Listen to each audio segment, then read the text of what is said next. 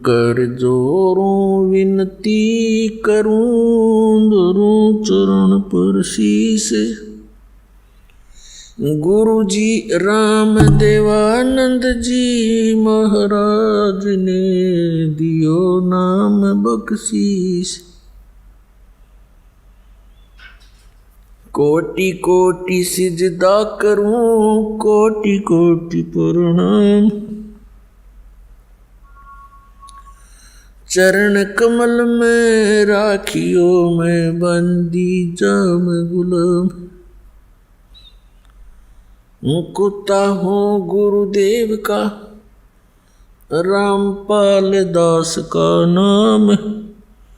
गले प्रेम की जेवड़ी जाखें चोवा जाऊं। तो करो तो बावड़ू दूर दूर करो तो जाऊं। ज्यों राखो त्यों ही रहूं जो देवो सो खाऊं। जय अब के सतगुरु मिले सब दुख आँखों रोए। चरणों ऊपर शीस धरूं कहूँ जो कहनी हो। कबीर गुरु जी मिलेंगे पूछेंगे कुशलाहत। आदि अंत की सब कहूँ अपने दिल की बात। गुरु जी तुम ना भूलियो चाहे लाख लोग मिल जाएं।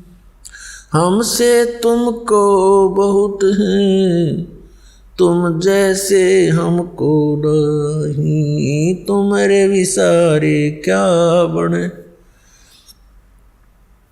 मैं किसकी शरण में जाऊं। शिव बिरंच मुनि नारदा तिनके हृदय न समाऊं।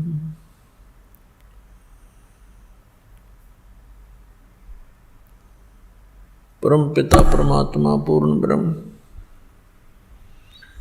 सर्व सृष्टि रचनहार कबीर परमेश्वर जी की असीम रजा से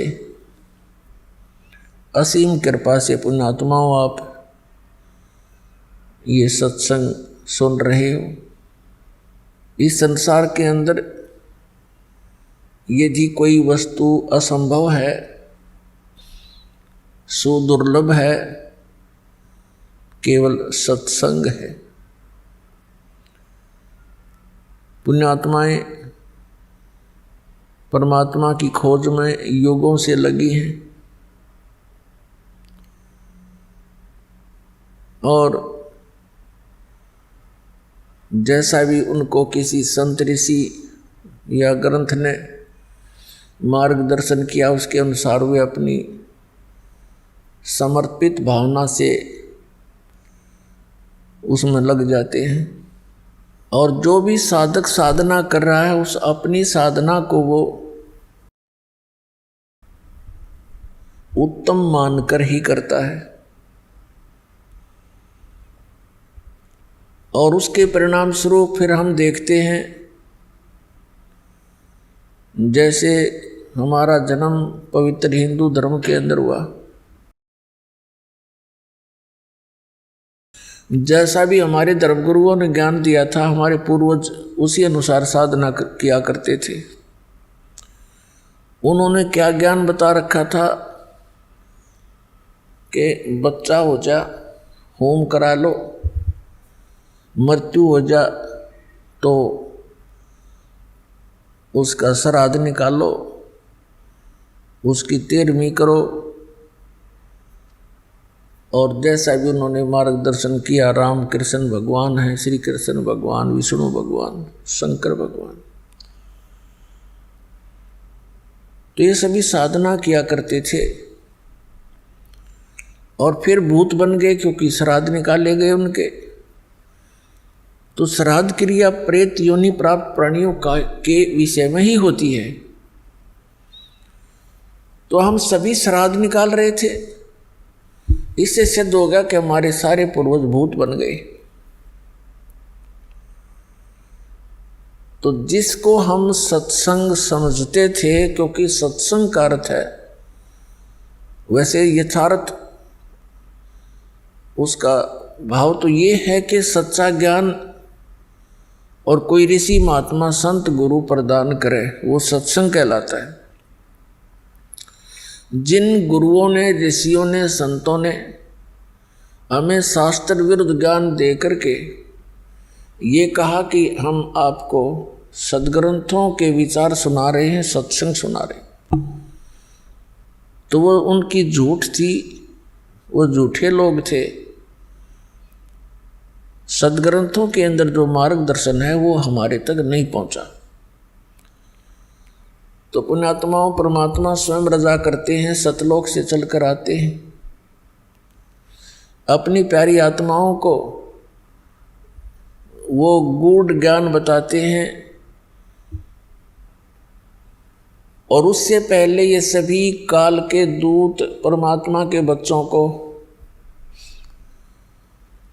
भ्रमित कर देते हैं, शास्त्र के विपरीत ज्ञान सुना के उनको परिपूर्ण कर देते हैं, और कहते यही रहते हैं कि हम इन्हीं सदग्रंथों से सब ज्ञान बता रहे हैं।